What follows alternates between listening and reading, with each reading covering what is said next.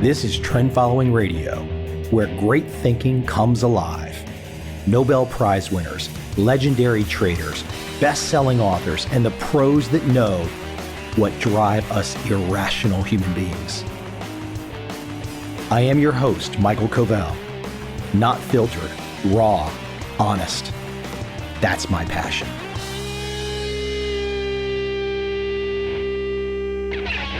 A simple opening question.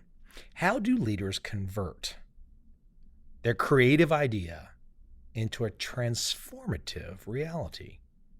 Successful leaders excel at winning resources and support for their ideas.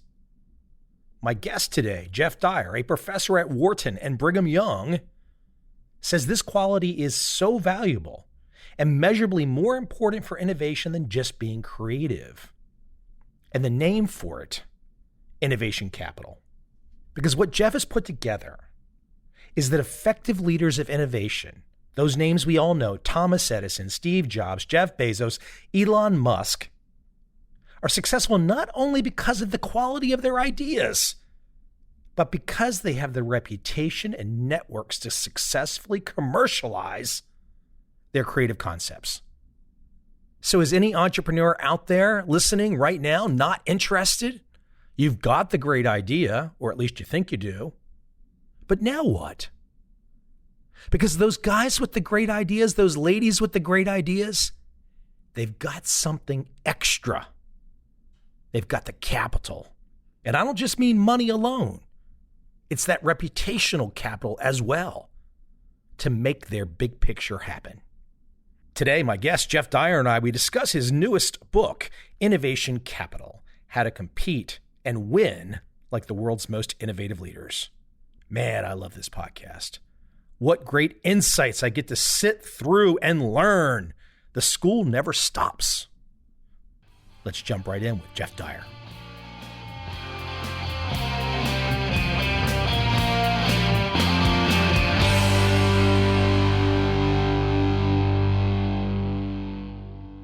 You're probably going to have to lead me a little bit into your background and your prior work, but I love where you guys, you and your co-authors, go with your newest book.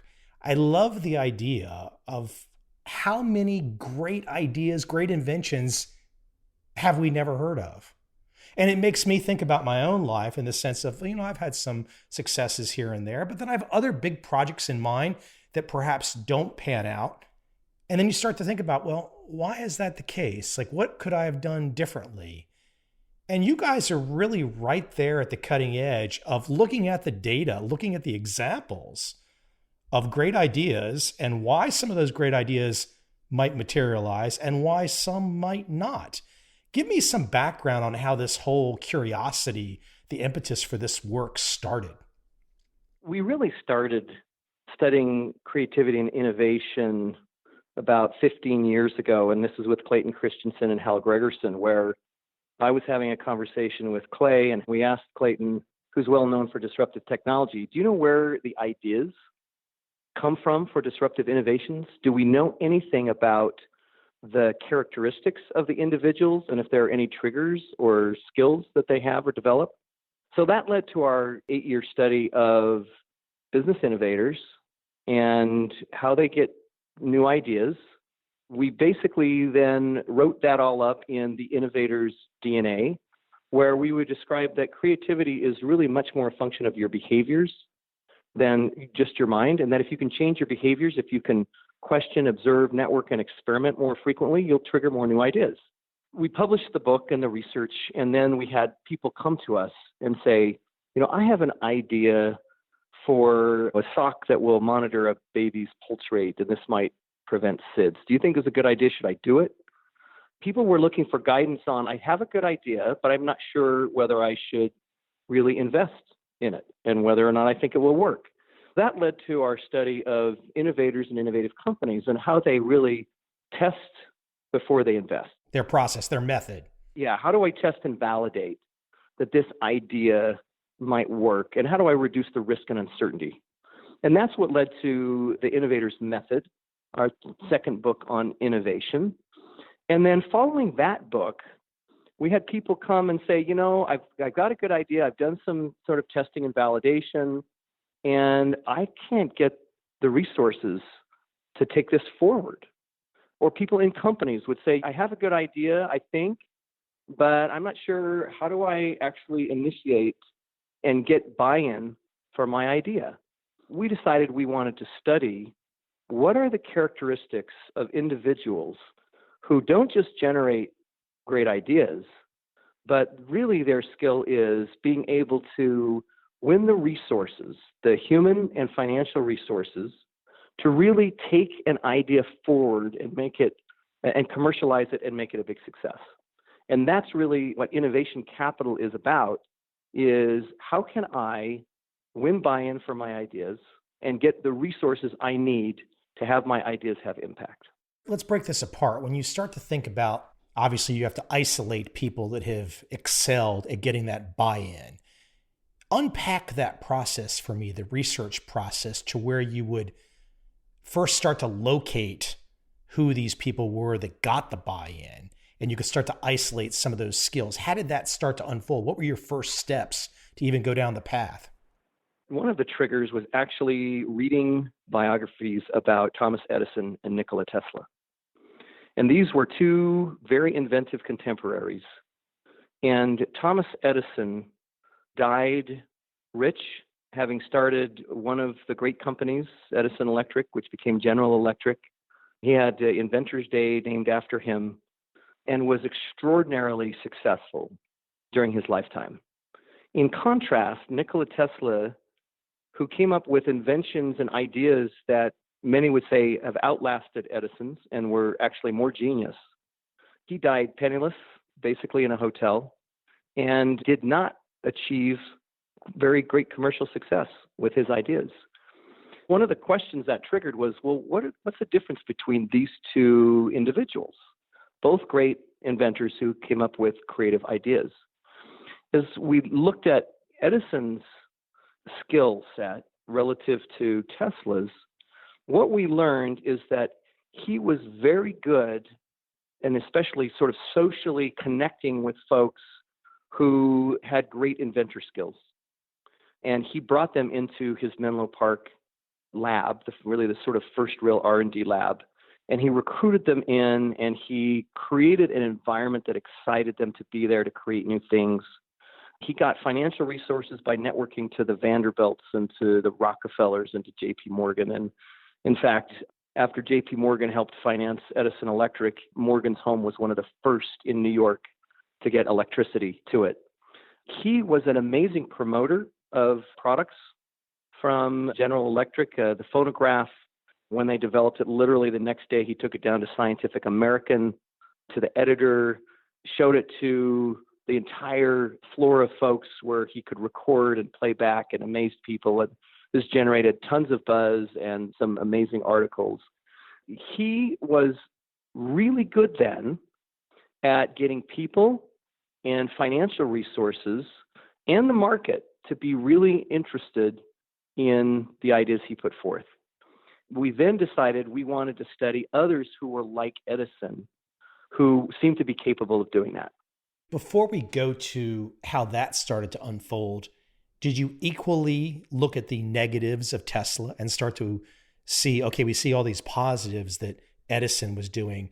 Did you isolate the wrong steps that Tesla went down? What we know about Tesla, again, from what was written, is he tended to be quite obsessive compulsive. He tended to go to like the same restaurant every day. He did not network out with folks broadly, was not as social, was not as good at sort of promotion. He did not have the ability to persuade others the way Edison did. He did not gradually build this track record for innovation and build a reputation as someone who could take an idea from sort of the invention idea to actually taking it through to the market. So he didn't really understand the importance of market adoption and the customer. Those were some of the weaknesses we saw, at least in the writings about Tesla. So I bring it back to Edison. You start to isolate what you think just through biography, your research, you start to isolate what you think are the key elements to his success. And then you say to yourself, okay, let's test this across contemporaries. How did that start to unfold? And what was the first aha moment to where you've got these ideas that you think Edison, this is the reason he's done so well, but it's just one case, so that's not enough evidence. What was the first breakthrough where you said to yourself, aha?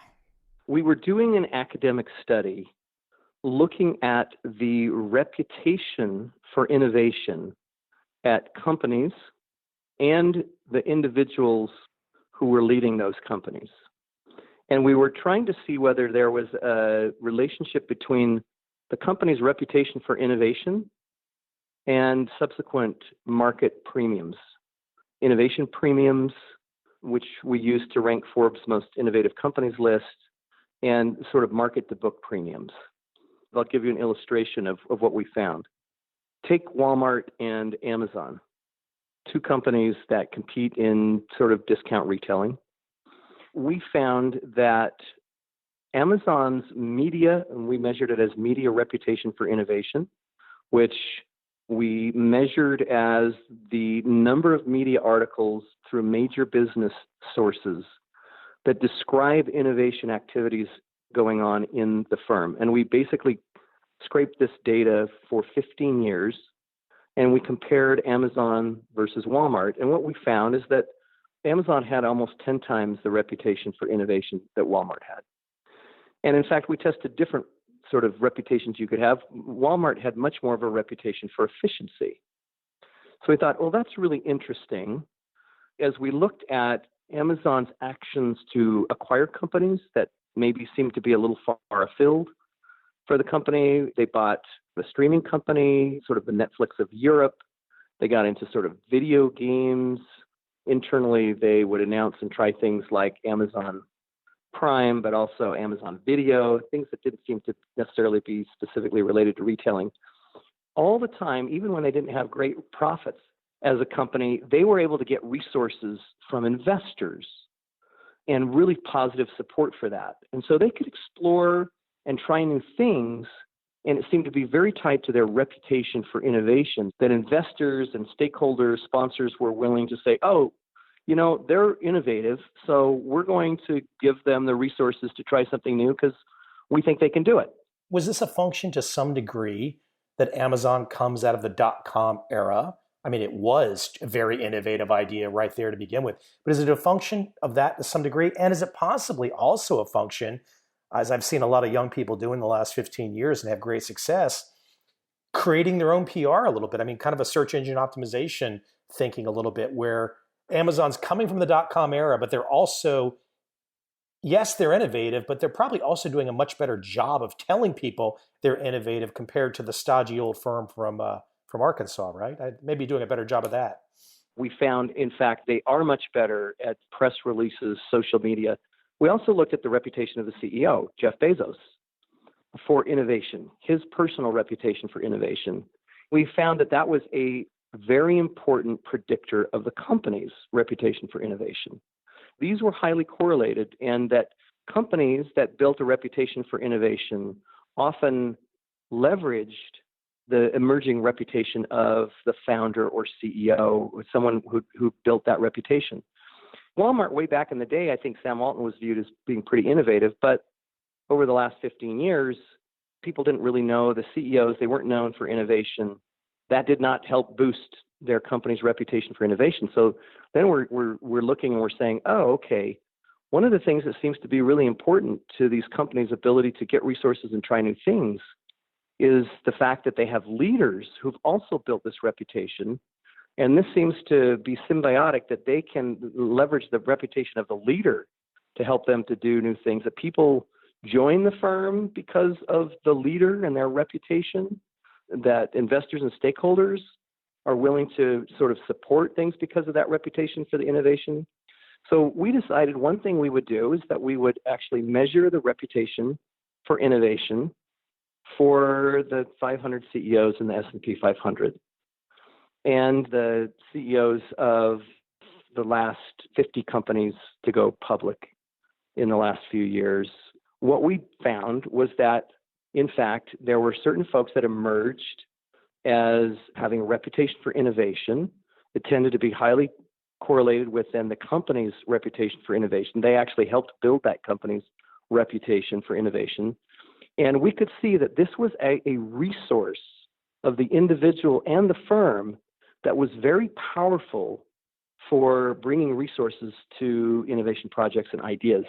So we used that as one of 4 metrics to rank leaders of companies on what we call their innovation capital, which is their reputation for innovation, as I just mentioned, was one component.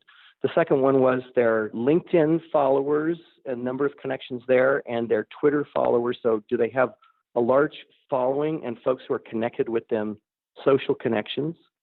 And then we also measured their track record for value creation at the companies they led, which was just their change in market value of their company over the last 3 and 5 years. And then we also measured the innovation premium of their company, which is a metric used to see whether investors are expecting these companies to grow and innovate going forward.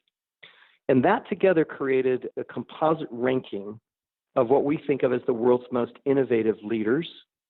And they have innovation capital, which is this ability, this capacity to attract human and financial resources to projects. And then we decided to study those folks. And so we went out and interviewed a large number of the top 25 on our list. And we asked them what they thought they did to effectively lead as an innovative leader. And we asked those that worked with them to tell us about them and to see whether they thought there were distinguishing characteristics. And that was really the process we used to develop the model and the ideas for the Innovation Capital book. How useful were the interviews versus your independent outside research? Because if you sit down with somebody, regardless of how successful, how innovative, how transparent as they might be, they're still going to have human biases to want to say the best things they can. I mean, look, even some of these people here on your list, they still might be very, very objective. But how did it shake out in terms of what they said versus what you could deduce and understand through your own independent research? We interviewed, and this has been over the last 3, 4, or 5 years, Jeff Bezos, who on our first ranking that we published with Forbes, just the top 10, was number 1 on the list. We interviewed Elon Musk, who was number 2 on the list. We had in the top 10 folks like Mark Benioff, the founder of Salesforce.com, Jeff Weiner, the founder and CEO of LinkedIn. We got interview responses from Satya Nadella at Microsoft, Shantanu Narayan at Adobe. And we got to spend time interviewing each of these folks and asking them what they thought they might have done well around innovation leadership. And what we did then is we got interesting insights from them. And then many times we talked with people who've worked with them. So for example, at Amazon, we interviewed Jeff Wilke, who is the CEO of retail, and we talked to David Limp, who's in charge of devices, and Andy Jassy, who's in charge of Amazon Web Services. And we got their perspective as well on what they thought the individuals did well. And then we collected the common themes around what we saw many of them doing and where they seemed to be doing some of the same things. And that's what really went into our model. So the interviews were really insightful. These folks are very bright and often quite introspective about what they think they're consciously trying to do to encourage and support innovation in their organizations.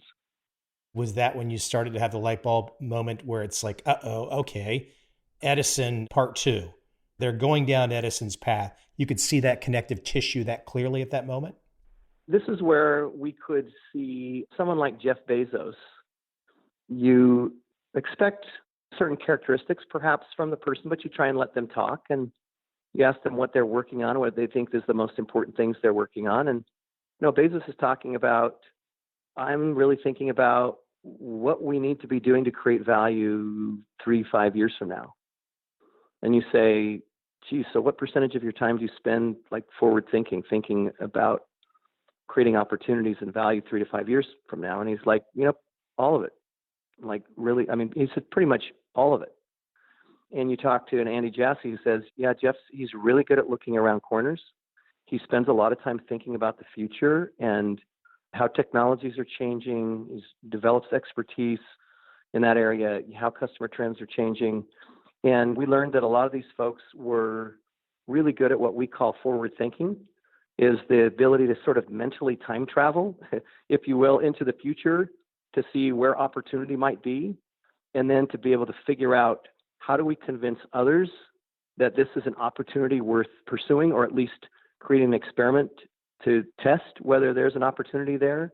Then they would go about persuading others to their vision, and that meant they could then bring people in on a team or get the financial resources to launch it. That would be an example of one of the characteristics that we would see and hear about Bezos and Musk and Nadella and so on.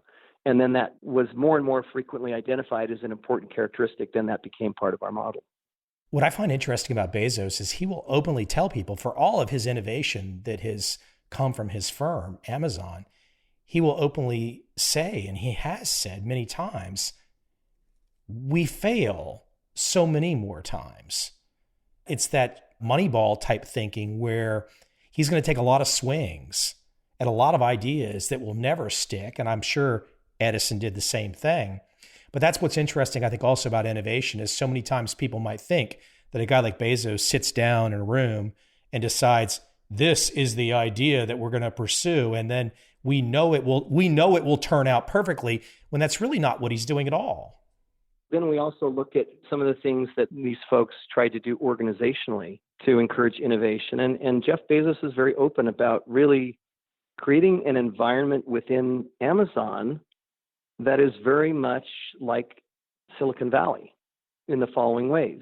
Venture capital of ideas. Yeah. And he says in a typical organization, you have an idea, you take it to your boss says, I don't think so, or takes it to the boss's boss and they say, I don't think so, and it's done. Move forward to even test the idea. At Amazon, what they do, their entire leadership team, senior executive team, and a level or two down will have budget to be able to fund innovation projects or ideas that are put forward by folks in the organization. So if I have an idea and I take it to one person and they don't like it, then I can take it to someone else. Bezos says you could get 19 no's. Just like Silicon Valley, you get 19 no's, but if you get one yes, you can at least try it. Then what they do is you have funding. The person that the leadership team decides should lead this project, sometimes the person who initiates the idea, sometimes it might be someone else, but often that person is certainly on the team. You have a person devoting their full time to this project for a period of maybe 3, 6, 9 months, depending on what they set as the timeline, to be able to prove out certain assumptions related to the idea. And then you have to hit milestones, very much like a Silicon Valley venture. You hit milestones, and then you get additional resources. And if you don't, then they may decide to pull the plug on it. But this is a way where they literally can be testing. Each of the 3 CEOs below Jeff Bezos at Amazon said they probably approve maybe 100 a year. So that's at least 300 of these kinds of new ventures being launched each year at Amazon. And you're going to have a lot of failures, but you only need a few to be successful to make the firm an innovative and growth-oriented firm. I would guess that most people hearing this story would think that Jeff himself, and I'm sure if he wanted to exert this power, he could, but I'm sure most people listening would think that Jeff himself, if he's just sitting around on a particular day, and since he's the boss, he can just kind of nip this in the bud and stop some of these extracurricular directions that people might be going down. But that's not the case. He's actually got handcuffs on himself, doesn't he? Yeah, I mean, what's really interesting about the process is they have tried to create a common process for this pitch. It's called a working backwards document, where you work backwards from the customer need, and you actually write a press release about the product or service or whatever you're trying to offer that's new, assuming it's something that goes to the market. You'll write out an FAQ, what are the frequently asked questions about this, and what your answers would be, maybe a little user's manual and maybe a prototype, but it's all got to be in about 6 pages. Everybody understands how to review these ideas.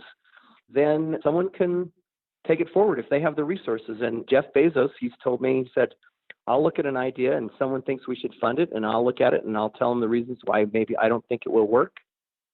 But he says, I'm not always right. And so I have to be willing to let people test and try ideas that I don't maybe fully understand how and why it would be successful. And so you're right, he's very good at being willing to experiment and accepting that many of them will fail. One of these classic lines that goes back to the political economist David Ricardo, cut your losses and let your winners run on. Yeah. Bezos has said, I'm sure I'm like working on our next billion-dollar failure right now, because he knows, you use the baseball analogy, which he says a lot of people use, that, you got to do a lot of swings at bats in order to hit a home run. But he says that's not really an apt analogy in business, because in baseball, you hit a home run, you can only get a maximum of 4 runs. But he says in business, you hit a home run, and a home run can literally drive 1,000 runs. Or make you the wealthiest man in the world. That's right. Let me take you to a statement that I love from your work, and it really struck me, and I want to just read it to you. Very simple statement, and I want to let you elaborate on what the definition is. But coming from your work, the most important thing you can do to build a reputation for innovation is to be a founder. I want you to explain to my audience why that's true, but you might need to first start with the definition of a founder from your perspective. In our research, what we found is that, as I mentioned earlier, you want to build a reputation for innovation. You want to sort of have a track record and be known for that. It's the best brand you personally can have in terms of getting opportunity in your company is to be an innovator. And that's what we found. It's not necessarily true, perhaps, in all organizations, in all circumstances, but generally speaking, that's the brand you want personally. Then the question we had was, well, how do you build a reputation for innovation? And what we found was that being a founder, which doesn't mean founding a new company necessarily, but being the founder of an initiative that sometimes they don't even necessarily succeed, which is one thing that we thought was really interesting. People got known just even for trying new things that were maybe really hard that didn't work, but they became known in their companies. And that helped them build a reputation as an innovator. We saw, certainly in our list of the most innovative leaders, the ones that emerged to the top of the list tended to be founders of companies. Jeff Bezos, founder of Amazon; Elon Musk, founder of Tesla and SpaceX; Mark Benioff, founder of Salesforce.com. Sometimes they weren't founders necessarily. Satya Nadella was not a founder of Microsoft. And yet he was really a pioneer within Microsoft around trying to build cloud-based technologies and services. It started with Bing, but he was early on thinking that the future of Microsoft was going to be the cloud and that they needed to be better at that. So he developed expertise and tried to start initiatives related to that would have turned out to be Azure, and he led that business in Microsoft, the server and cloud-based businesses, before he became CEO. At PepsiCo, Indra Nooyi, who was successful CEO and chairman for a long time and recently stepped down, she wasn't the founder of PepsiCo, but she did help found the Megatrends group within Pepsi, which was her effort to be a forward thinker personally and the company, to be able to look into the future, to look at the trends, and to see how that could inform Pepsi's strategy. So one of the things we learned is, if you want to build a reputation as an innovator, which is very valuable for getting resources to do other innovations, try to be a founder or a co-founder. Try and lead an initiative in your organization. And it could be initiating a new process for talent management within HR. It could be in finance, again, a new process that might reduce costs. There are a variety of innovations you can produce that will be processes inside companies, but those will help you to get known and will help build your reputation for innovation. To do this, though, we're talking evangelists. We're not talking somebody writing a memo. Like, this is, you're jumping all in into the deep end. There's no looking back. When you're going to be a founder, when you're going to champion a new initiative, you can't look back. You've got to go all in. I assume that's what the research has shown you. Yeah, I mean, think about it. even in leading a part of your organization or becoming the CEO, do you want someone who has shown they can lead initiatives by identifying the opportunity, recruiting people to support it, and to get the team getting the resources to do it, and then executing on it? Or do you want somebody who's never done that? But that's just such a valuable skill set. Shantanu Narayan, the CEO at Adobe, said when someone has demonstrated they can do that, there's a full complement of sort of skills that they're developing as they lead an initiative that is just extremely valuable for an individual in demonstrating what they're capable of and in qualifying them for other opportunities in the future. So if you've done it once, people are more likely to say, well, I'll join the team. I'll give you the resources you need the second time around and third time and so forth. But that first time can be tricky. So much of the skepticism is right there the first time, right? The first time is tricky. We actually have some techniques that we recommend that you use to try and convince others to support your idea, to get buy-in. We call them impression amplifiers. It comes from a field in academia called impression management. Like, how do I manage the impressions of others? And how do I amplify the impressions that I want them to get in order to support my idea? A lot of times you don't have any innovation capital. You've not been a founder. We do try and share some techniques that will help you to get buy-in for your idea that first time. Let me give an example. For example, I know storytelling is part of for example, in the personal impression amplifiers, storytelling is part of that. Why don't you give some insights that you pull together about storytelling in this process towards innovation capital? In the early stages of trying to convince others that there's an opportunity, you don't have a lot of data yet. You're trying to make sure that you clarify the idea and the opportunity so that others really understand sort of the opportunity and the vision. Stories can be very powerful for doing that, but they require what's called a narrative arc, which means you really want to have a key character. You've got to have like a dilemma or a problem, and then you want to have a solution to that problem. That's what an interesting story does. And what you can do with a story, an example would be Vanessa Quigley, a woman who went in to pitch to VCs an idea about how to capture photos and images of your children and your family.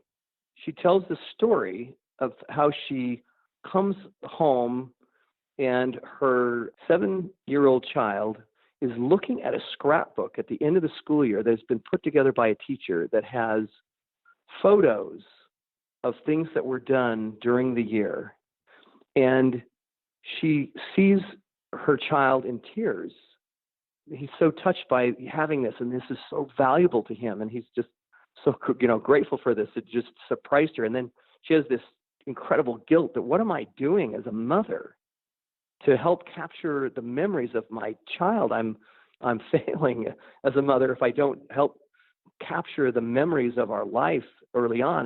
They came up with an idea to basically create what they call chat books, where you take an Instagram feed, or there are different ways you can do it through Instagram or Facebook, and it will just automatically pull the photos you take into a book and send it to you digitally, and you can look at it, and then you can order it, and you can get a physical book of these photos during a certain period of time, and you can edit it. But it was the story, the compelling story, that helped the investor group see this is probably a common problem and a real opportunity because of the depth of emotion that this mother described.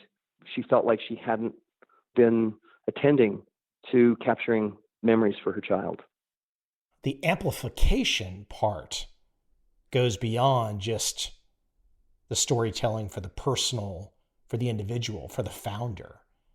It then becomes, how do I amplify the idea? How do I win people over to that too? So it's kind of multi-pronged, isn't it? One of the amplifiers is what we call comparing. It's taking your idea. For novel ideas, we're trying to make sense of them, and an analogy can really help, especially if it's an analogy that people understand and resonate with in terms of the opportunity. Let me give you an example. When a entrepreneur came to me. They were looking at trying to use an Airbnb model for storage. So we all know that Airbnb, you go and you rent lodging from someone, and sort of everyday people can do it. And they thought, there are a lot of people that may have extra storage space in their house or their garage or someplace, and there are other people that may need it. So what if we created something, they called it Neighbor. Then the analogy that they had come up with, which I thought was quite effective, was this is the Airbnb of storage.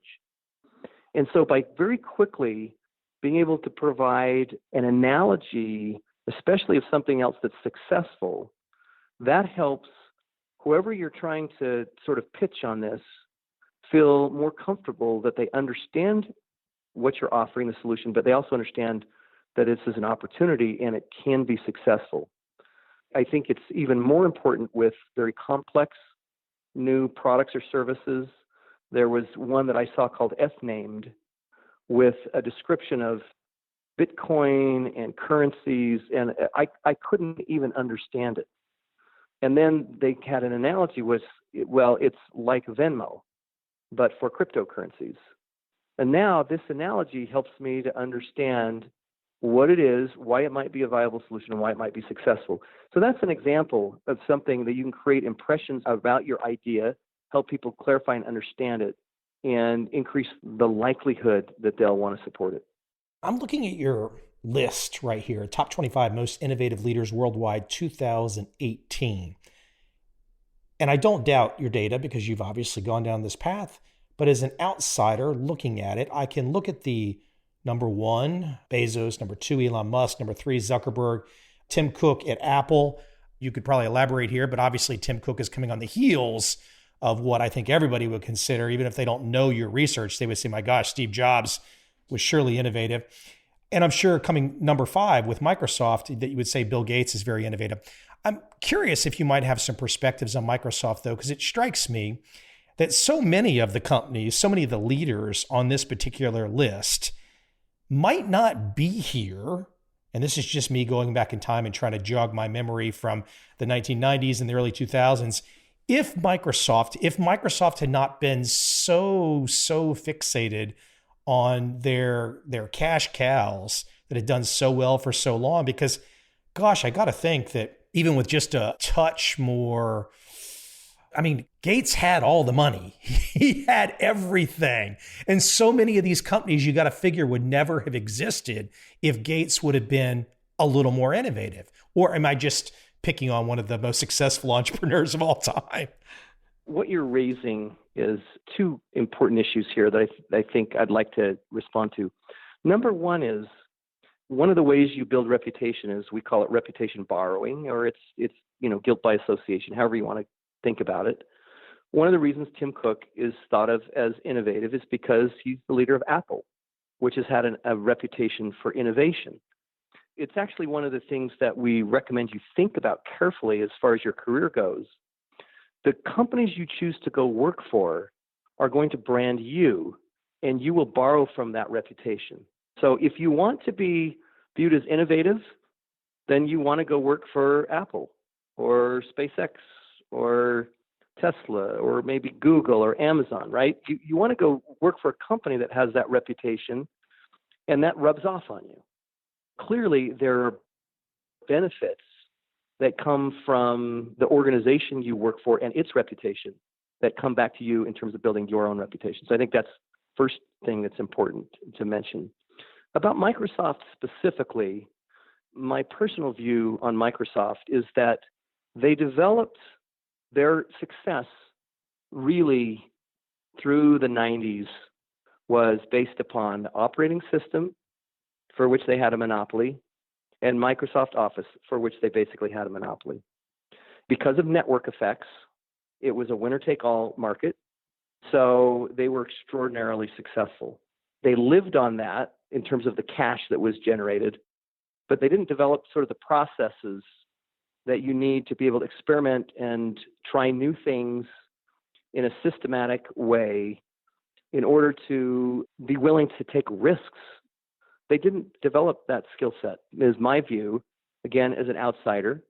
And I think really it wasn't until Satya Nadella took over that he has initiated a whole set of new processes around collaboration and experimentation that have helped Microsoft now start to actually be good at innovation. But I think they really weren't very good at innovation for maybe 15, 20 years because they lived off of those monopolies. Jeff, as you and your fellow authors lay out in your work here, and there's other works that lay out the wise reasons we should be looking to people like Bezos and Musk, etc. What happens when everyone adopts this mindset? What happens then?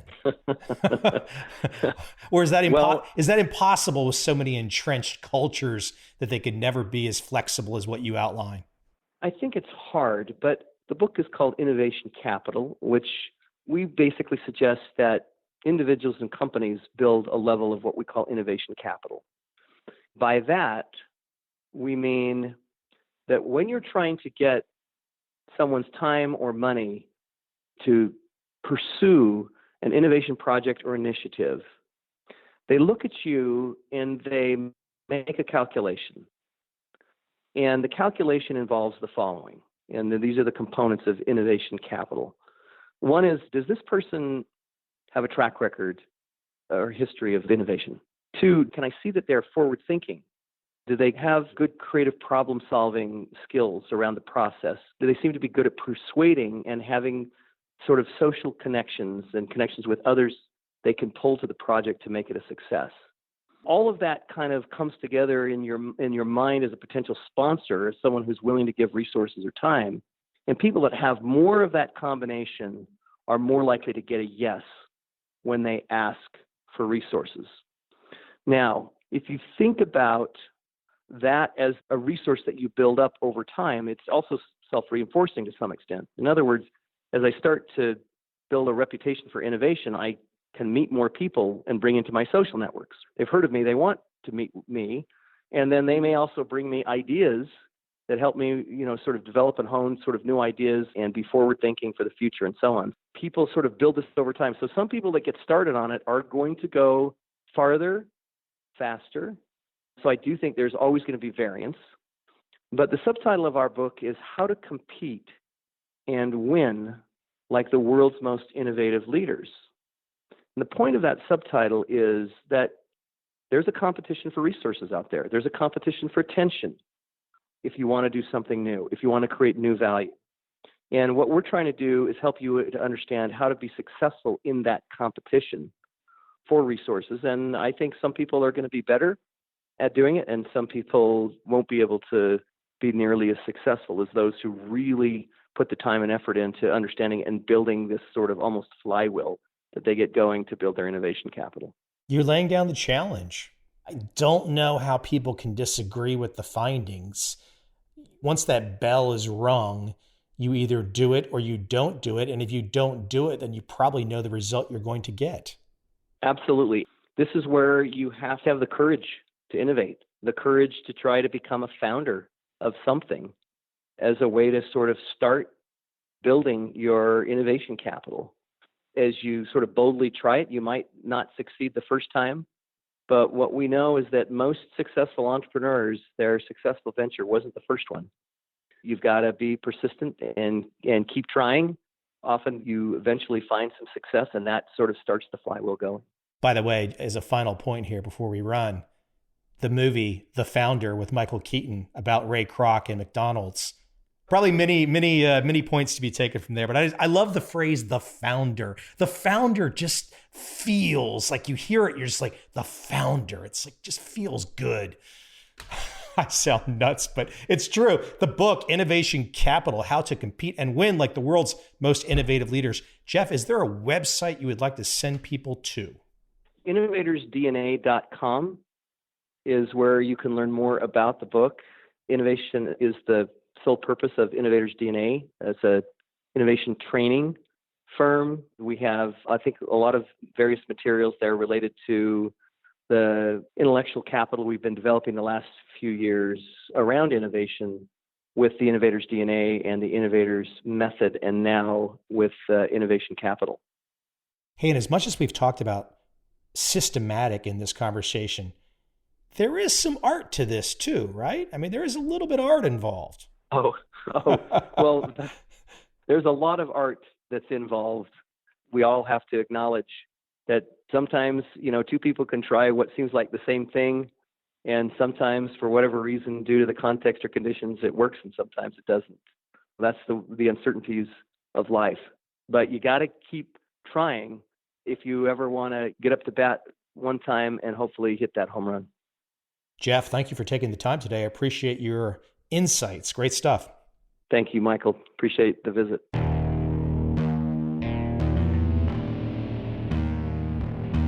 I see a time when those awake will understand how to make money in up, down, and surprise markets. Whether new trader or experienced, college student or financial advisor, protecting against a crash or just trying to make a lot of money, trend following offers everyone an answer in uncertain times. To get started immediately, send me an email, michael@covel.com. I will send you the right trend following steps to take along with my free video. But if you want to buy and hold, trust the government and trust Wall Street, this is absolutely not for you.